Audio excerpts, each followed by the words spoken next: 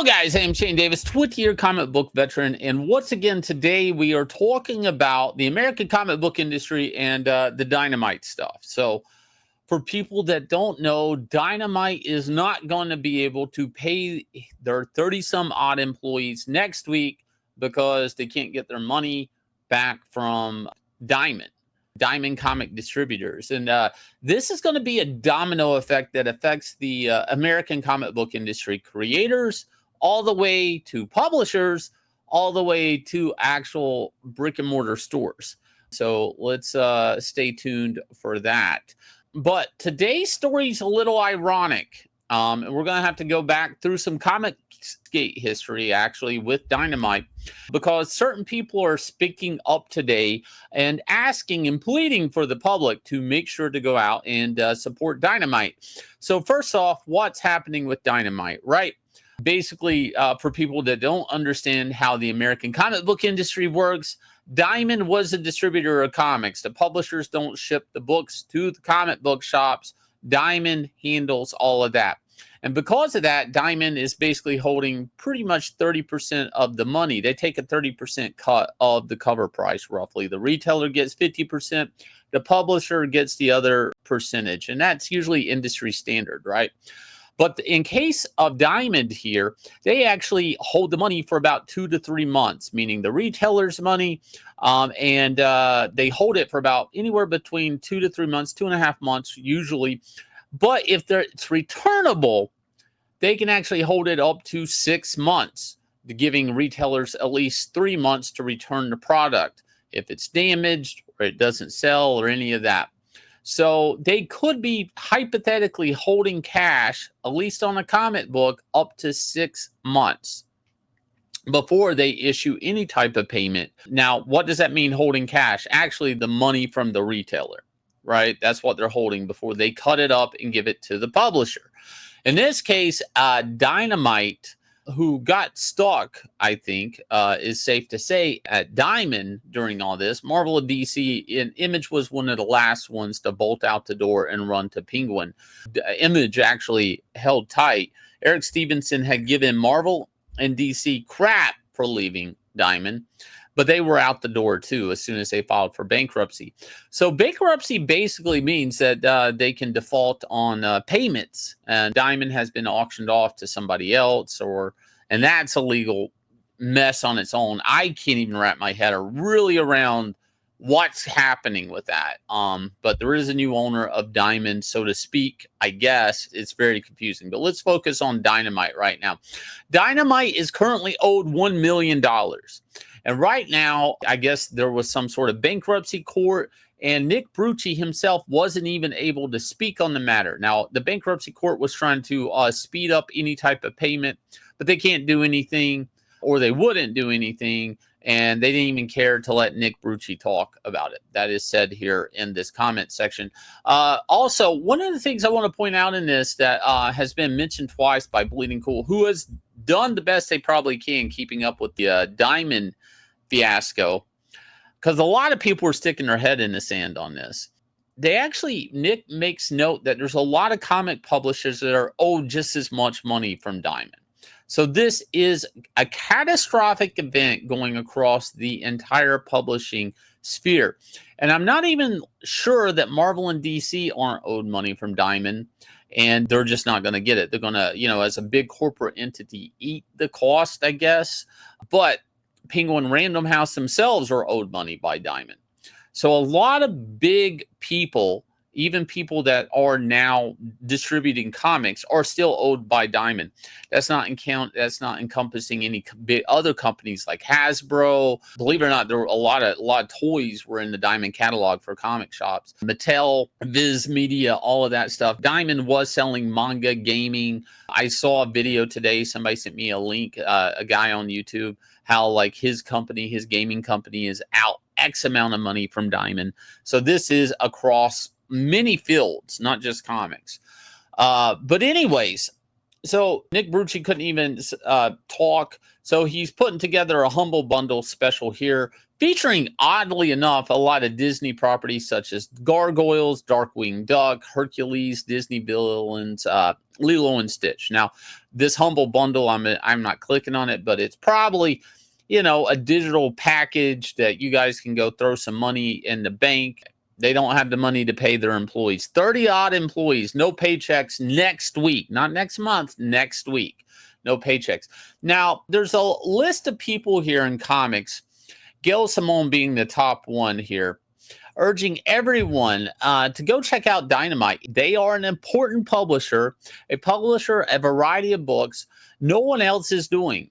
And with this loss would be a huge blow to the industry. It's funny, Gail Simone talking about, you know, what if Dynamite couldn't exist anymore? How bad it would be for the American comic book industry due to short-sightedness and more from other players in the story. Dynamite is in a position any publisher would struggle to overcome. They're good guys, the best guys. They are the good guys and they are the best guys, says Gail Simone. This is just not right.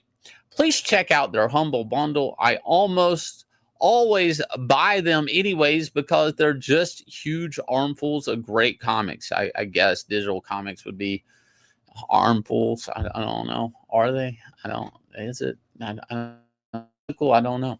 All right. So anyways, let's go back a couple of years. Let's go back to 2020 when it was apparent that Dynamite, through a live stream at Ethan Man Skyverse, and I think very obvious things, from Dynamite doing a Black Flag cover to Dynamite doing, I think, even an Art T. Bear cover, a black and white, Anna that Star Wars girl, Vampirella Cyberfrog, a lot of these campaigns in crowdfunding that were variant covers for lending Comicsgate characters to these covers. And, you know, successful crowdfunders rounding off the numbers, putting some money in Nick Barrucci's bank account, I'm sure. That's why he was doing them. I was even approached to do one for one of my first Comicsgate campaigns called Starlight Cats. And then that cord got yanked out of the wall because people like Gail Simone did not like the idea of Dynamite doing business with Comicsgate. So we're going to take a little trip back here on what Gail Simone actually thinks of Dynamite. Gail Simone speaks out on Dynamite's Comicsgate ties, updated. Now, Dynamite had maybe even contemplated, I'm not going to speak on it too much besides, you know, hearsay, maybe even helping some campaigns actually do shipping and fulfilling. But that cord got yanked out of the wall. I guess what I'm saying is you could, and you'll see Dynamite do other crowdfunding ventures, just now not without, you know, Comicsgate help. So anyways, Gail Simone's, all right, I promised I would talk about Dynamite. This sucks. I'd rather not. It's extremely unpleasant and draining. I didn't post much earlier because the whole thing blows. And then you can see 26 replies here. You guys can go Google this if you want. But she's talking about the publisher making mistakes. She goes, but finding out all these alleged connections was very disappointing to me. I know this is just going to end up being mocked on all sides, but when you have someone you care about and this happens, I just think it really sucks. She goes on to say that she doesn't need to work with them anymore and so on and so forth. And what basically happened, if you go back to 2020, is this all happened right before San Diego Comic-Con, and Dynamite was going to be announcing like a kind of summer event crossover with some of their titles.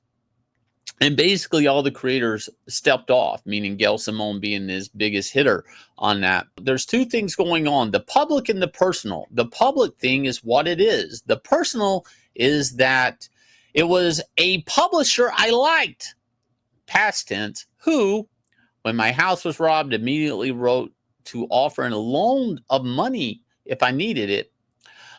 Second, I want there to be a path out of this kind of shit. Okay, you want them to not do work with Comicsgate. I want to believe that there is a way people can step up and make it back to the light. I don't want publishers to fold. You don't. That just makes everything worse. I don't know what the way is, but I want it to exist. All right. So she later, blah, blah, blah, a bunch of stuff here. Anyways, actually, I will add one thing. If anyone was going to wash this stuff off their shoes, implying shit off their shoes, I would think Nick would be that guy, meaning he would get rid of ties with Comicsgate. I mean that in a good way. P.S. It was a blast to write, again, past tense, Red Sonja and Sword of Sorrow and the Red Sonja Conan, blah, blah, blah, blah, blah, and all that stuff. So she basically had stepped aside, again, making note of Warren Ellis here. I don't even know why I would drag Warren Ellis in this. A lot of gaslighting, framing Dynamite as being corrupt. And Dynamite basically had to cut ties with Comicsgate. And then they were allowed to keep making comics and mainstream comics. And people like Gail Simone were able to keep taking money for writing books at Dynamite and so on and so forth. I just have to look at it. Even at this time, I would say Nick Barrucci, who is a nice enough guy I've met a couple of times, probably understood that the American comic book industry, Dynamite and all of that, online sales, crowdfunding, that type of thing was probably the way of the future. And some people are okay with it. Now, 2020 was an interesting time where SJWs were going out and giving IDW crap for raising a lot of money with Berserker, to the fact that IDW had to go and issue and cut checks, actually blackmailed them into putting $100 into a bunch of random campaigns that they never wanted. This was a time where SJWs kind of ruled the roost in a way where they were able to apply pressure to get people to do what they wanted. And in the case of Dynamite, they exit any type of ties with Comicsgate, canceled a book. I think it was Cecil Says Red Sonja Vampirella variant cover, yanked down, just because people like Gail Simone wanted it to do that. Today, these same people are begging people to put money in a pot just so Dynamite can pay their employees next week, after the 4th, after the holiday weekend. There are no more paychecks for these guys unless you go support this Humble Bundle special, I guess, which ironically is a bunch of Disney products that they're licensing out because they can't be bothered at Marvel to print these titles. The comic book industry is going to have to get back to basics of making money and making entertainment that's only for the sake of entertainment and collectors. I walked around recently 2 cons, South Carolina Comic Con and Heroes Comic Con, and one of the things I've noticed, and going back even to the 3rd con before that, being Baltimore Comic Con, is new comics are not on the showroom floor. There is no new money being made unless it's omnibus or collections of old stuff that Marvel and DC, maybe Hush 2. I saw 1 copy of Hush 2, but predominantly it's all back issues. Young people buying back issues, old people buying back issues, people trying to spend $600 on a spinner rack because, I mean, it's becoming this thing that is a retro, that is super collector, but nothing new's collectible. It's really bizarre.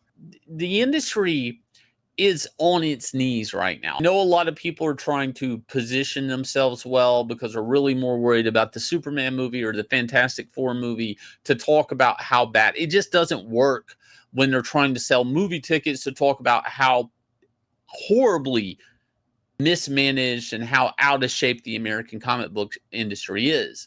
But one thing Paul Levitt's always sticks in my head when he would refer to the American comic book industry, or when he was working at DC Comics, is it's easier to maintain than to rebuild. And it's going to take a lot of work and a lot of capital to rebuild the American comic book industry, if it ever does rebuild. And I'm seeing a lot of effort by Marvel and DC. But one of the things people really have to take note is the type of creators that were there and the type of influence that they had over publishers and who they could do business with. Business, making money, insulating yourselves for hard times. Make all the money you can today for the hard times that might be in front of you. And how these people really never had your best interest at all. And was it worth cutting ties with people that could have lined your pockets for somebody to, for what? To have a card in your back pocket when the time comes that you need a charity, that they'll go out here and cap lock. It's important that you give these guys money. But it was really important to try to cost this guy money and cause him and his company to cut lucrative ties. If you guys will hit like, subscribe, ring the bell for notification. Let me know what your thoughts are on this. Also, if you haven't, please go over here back. Annatomic, welcome to the arena. Comic book, $81,223. We're going into like we're in our third week on this campaign. So please go over here and check this, a prequel series to Inglorious Rex. And you can buy Inglorious Rex and it ships to your inbox on 9 Lives Comics over here. Grab yourself a copy of it if you want to try it out, or just start off with Annatomic. Either way, you can't go wrong. The prequel series is up and funding. Links are down below. Please hit like, subscribe, ring the bell for notification. We'll catch you guys again with another video.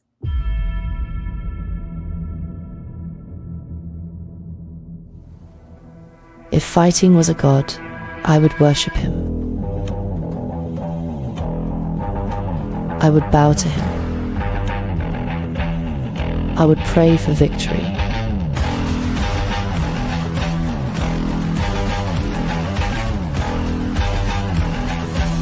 For he only grants opportunities.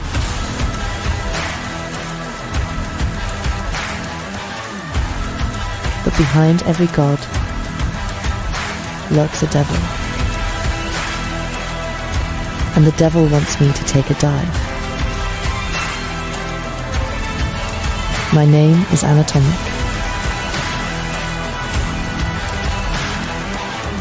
And this is how my legend was made.